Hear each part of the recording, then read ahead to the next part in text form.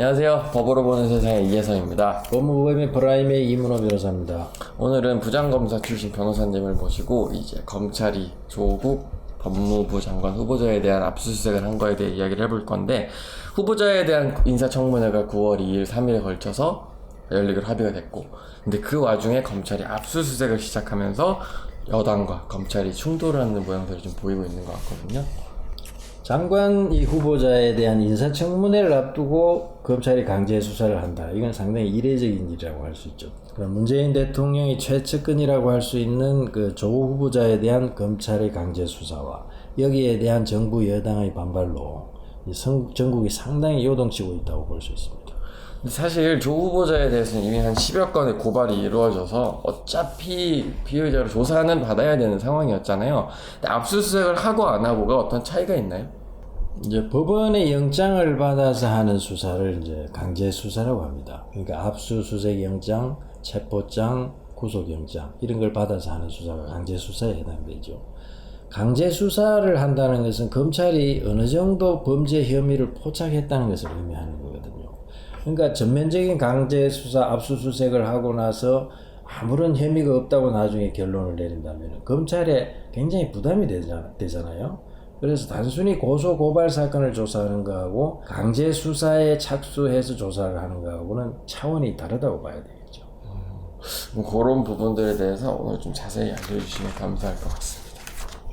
자, 강제 수사, 그러니까 뭐 압수수색 이런 것들은 이야기만 들어도 사실 굉장히 빡센 그런 수사로 보이는데, 일반적인 장관 후보자도 아니고 법무부 장관이잖아요. 법무부 장관이라고 하면 검찰을 앞으로 지휘할 자리에 취임할 사람인데, 검찰이 굳이 법무부 장관 후보자에 대해서 이렇게 신속하게 수사에 착수한 이유는 어떤 걸까요? 혹시 뭐 전 검사님의 생각이 있을까 싶은데.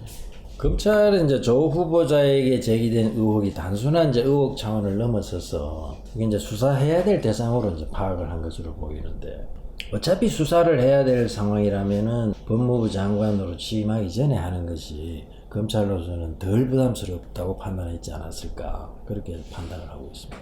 그런데 조국 후보자가 문재인 대통령의 최측근이기도 하고, 바로 직전에도 검찰을 지휘할 수 있는 민정수석의 자리에 있던 사람이잖아요. 그런 사람에 대해서 청문회도 끝나지 않았는데 이렇게나 전면적인 압수수색에 착수한 검찰의 의도에 대해서 사실 말들이 정말 많긴 많은 것 같아요.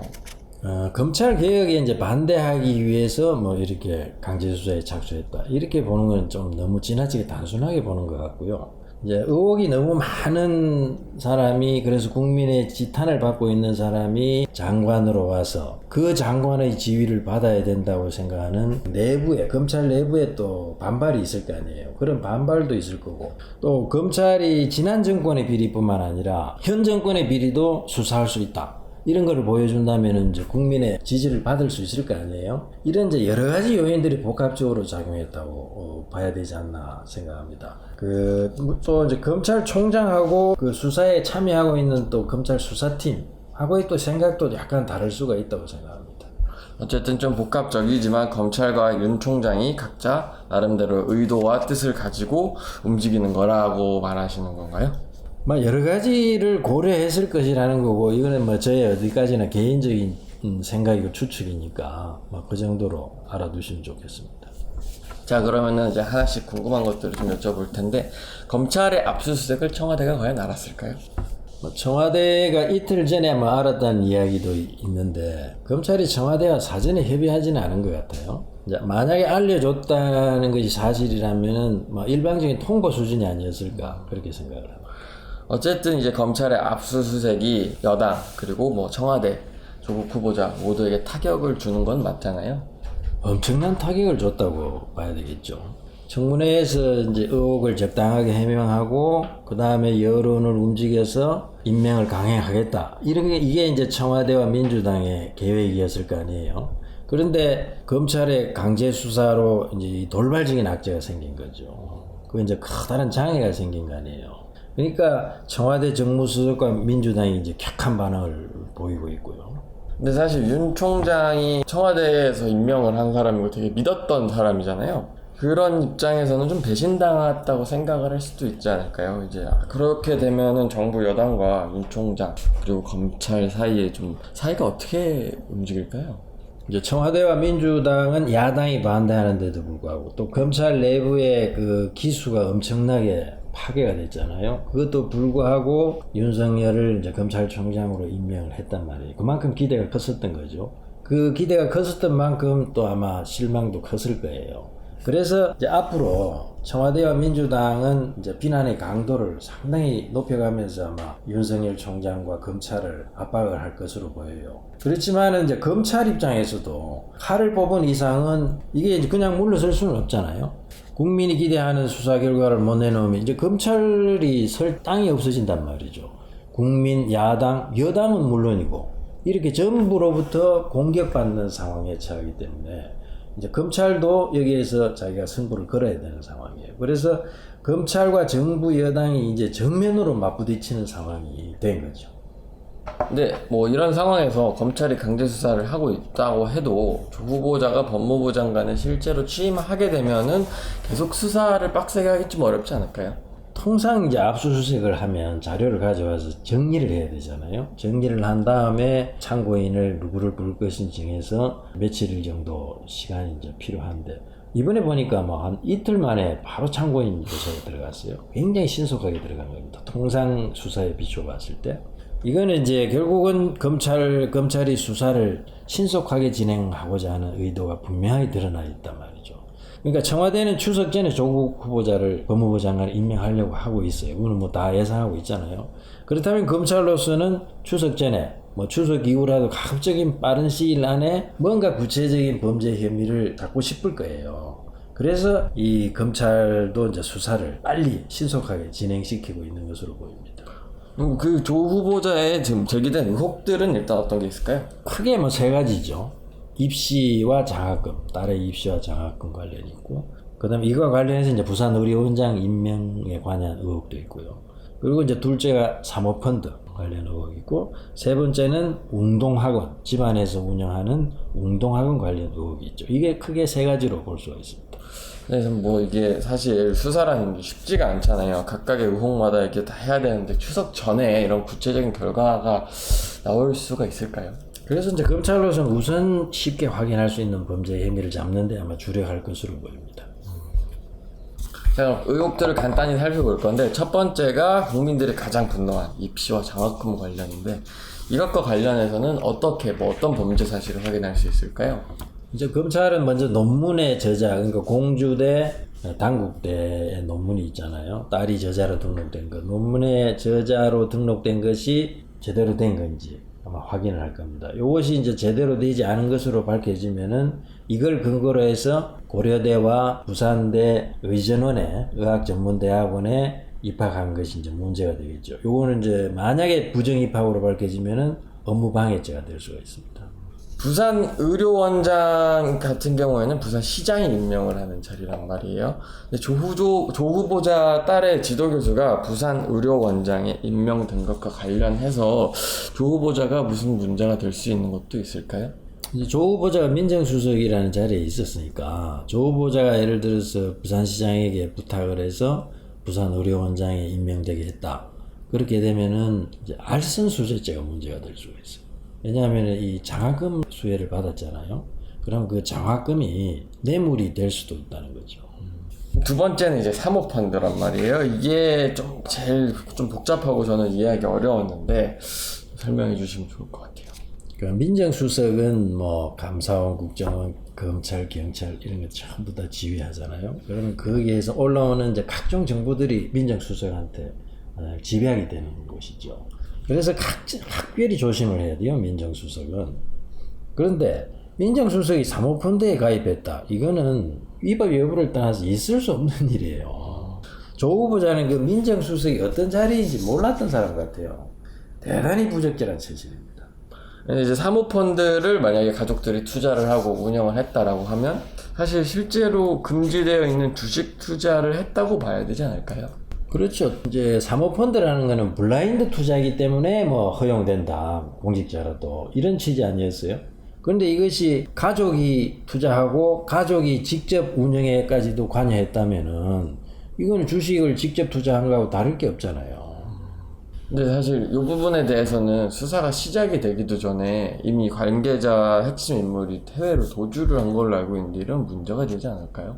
뭐 차질이 있겠죠. 차질이 있는데 이제 다만 사모펀드가 만들어진 초기에 이제 대표로 등재되었던 사람들이 아직도 이제 국내에 있으니까 그 사람들을 조사하면은 이 사모펀드가 조성하게 된 경위나 운영의 성격 이런 것들을 어느 정도 확인할 수 있지 않을까 생각합니다. 그러면은 사모펀드를 관련해서 이제 조사를 한다라고 했을 때는 정확히 뭐 어떤 죄가 적용이 될 수 있을까요? 투자자가 직접 운영에 관여를 하면 자본시장법이라고 통상 이제 자본시장법이라고 하는데 자본시장법 위반이 될 수가 있고 더 나아가서 이게 민정수석의 자리에 있는 조 후보자의 가족이잖아요. 가족이라면은 조 후보자가 가지고 있는 정보를 이용했을 수가 있잖아요. 그거는 이제 부패 방지 및 권익위법에 위반이 됩니다. 그러니까 공직자가 공직에 있으면서 알게 된 비밀을 가지고 투자에 이용하면은 이제 부패방지법 및 권익위법에 의해서 처벌을 받게 돼 있어요. 그리고 이 사모펀드가 투자한 회사가 이제 광급공사를 많이 수주한 것으로 되어 있는데 만약에 여기에 이제 조국 민정수석이 어느 정도 뭐 영향력을 행사했다면은 이건 또 뭐 알선수재죄도 될 수도 있겠죠. 자, 그럼 이제 마지막 의혹이 가족이 운영하는 웅동학원인데 그것도 문제가 좀 있긴 있는 것 같아요. 운동학원의 운영과 관련해서는 이제 수사가 진행되면 될수록 아마 많은 문제점들이 드러날 것으로 보이는데요. 현재까지 드러난 것으로 봐서는 뭐 딱히 뭐 처벌할 만한 것이 없지 않나 생각합니다. 공사대금 그 51억 원 이게 좀 문제가 될 수 있지 않나요? 그게 이제 2007년도에 소송이 있었잖아요. 그거는 업무상 배임에는 해당하는 것으로 보여요. 그러나 그리고 이제 50억 이상입니까? 뭐 특정 경제범죄 가중처벌 등에 관한 법률 위반 이거에 이제 의해서 처벌이 될 수는 있는 걸로 보이는데 2007년 2월 당시에는 공소시효가 10년밖에 안 됐어요. 그래서 이미 2017년에 공소시효가 만료된 것으로 보입니다. 앞으로 이제 다른 사안들에 대해서 많은 이제 사건들이 드러나지 않을까 생각을 합니다. 자, 그러면 정리를 해보면 청와대는 조 후보자를 추석 전에 법무부 장관으로 임명할 것으로 보이고 검찰 수사는 아무리 빨리 진행을 한다고 해도 사실 추석 전에 마무리하기가 어려울 것 같거든요. 이렇게 되면은 검찰 수사를 받는 법무부 장관이 처음으로 나올 수도 있겠네요. 그런 불행한 사태가 이제 일어날 것으로 이제 우려가 되는데 그렇게 되면 이제 상당한 기간 동안 법무부 장관과 그 가족들이 검찰의 수사 대상이 되겠죠. 이걸 이제 보는 국민들은 굉장히 이제 피곤하게 되겠죠. 근데 법무부 장관이라는 자리가 사실 검찰을 지휘를 하기 때문에 수사를 뭐 그만해라라고 명령을 할 수 있지도 않나요? 이제 수사팀에 직접 이제 구체적 사건에 대해서는 지휘할 수가 없죠. 이제 구체적 사건에 대해서 지휘를 하려면은 검찰총장을 통해서 해야 됩니다. 장관은 검찰총장만 지휘할 수 있어요. 그러면 총장한테 수사 그만하라고 하면 되잖아요. 이제 그런 명령을 내리면은 우리가 이제 요즘 적폐수사에서 많이 볼 수 있는 직권남용죄가 해당이 됩니다. 왜냐하면 자신에 대한 정당한 수사, 자신과 가족에 대한 정당한 수사를 못하게 한다는 것은 그것은 이제 직권남용에 해당될 수 있죠. 그럼 검찰총장은 그런 위법한 명령에 대해서는 따르지 않아도 됩니다. 만약에 검찰총장이 장관 지시를 받아들여가지고 수사팀에 그런 또 위법한 지시를 내린다면 검찰총장도 그건 직권남용죄에 해당되죠. 얘기를 쭉 들어보니까 사실 상황이 생각보다 이미 압수수색을 시작을 했기 때문에 상황이 이제 걷잡을 수 없는 것 같긴 하네요. 이 조 후보자를 법무부 장관으로 임명하는데 검찰의 강제 수사는 한마디로 대형 악재라고 볼 수가 있습니다. 그리고 이제 앞으로 이 수사 결과가 어떻게 나오느냐에 따라서 정권 차원에서 상당한 타격을 받을 수가 있고요. 그러니까 정부와 여당이 검찰을 보는 눈이 올 수가 없죠. 사실 되게 쉽지 않은 일이지만 문재인 대통령이 윤석열 검찰총장을 임명하는 자리에서 살아있는 권력에도 칼을 들이대야 한다라고 주문을 했잖아요. 그때 말은 멋있게 했죠. 말은 멋있게 했는데 그때 그런 말 할 때는 실제로 뭐 이런 일이 일어나리라고는 뭐 꿈에도 생각을 못했겠죠. 청와대 정무수석이나 이래 민주당의 반응을 보면은 앞으로 정권 차원에서 윤 총장과 검찰에 대한 그 집요한 공격이 있지 않을까 생각이 드네요. 뭐 일단 시작은 했지만 사실 살아있는 권력에 손을 대는 게 힘들 텐데 검찰이 좀 잘 버티면서 만족스러운 수사 결과를 내놓을 수 있을까요? 일단 검찰이 이제 수사에 착수를 했으니까 어떤 형태로든 뭐 수사 결과물을 내놓겠죠. 이렇게 전면적인 압수수색까지 했으니까 어느 정도 거기에 걸맞는 아마 수사 결과를 내놓을 겁니다. 하지만 이제 그 후에 윤 총장이 과연 어떻게 될 것이냐. 박근혜 정부 때의 최동욱 총장처럼 그렇게 뭐 불미스럽게 물러나는 뭐 경우가 생기지 않을까 이렇게 이제 우려하는 소리도 있죠. 근데 사실 문재인 대통령이 임명할 때만 우리 윤 총장 이럴 정도로 엄청난 애착을 보였는데 과연 그럼에도 불구하고 이렇게 되치게 될까요? 그거는 이제 권력의 입맛에 맞을 때 이야기겠죠. 이렇게 이제 이미 그 정부 여당에서는 검찰이 반기를 들었다고 보고 있잖아요. 그러면 그런 총장을 임기 2년 동안, 앞으로 2년이나 남았는데 2년 동안 놔두고 보겠어요? 얼마나 불안하겠어요? 그런 총장이 어떤 또 수사를 할지도 모르는데 이제 권력의 생리라는 게 이제 그런 경우에 절대 그대로 놔두지는 않습니다. 자, 그럼 오늘은 어쨌든 법무부 장관 후보자에 대한 검찰의 압수수색이라는 정말 돌발적이고 이례적인 일에 대해서 한번 부장검사 출신 변호사님과 이야기를 나눠보았는데 앞으로 검찰 수사 상황이 진행되는 것을 지켜보면서 또 전달해드릴 내용이 있으면 다시 한번 영상을 준비를 하도록 하겠습니다. 구독과 좋아요 한 번만 부탁드리고 오늘도 시청해주셔서 감사합니다.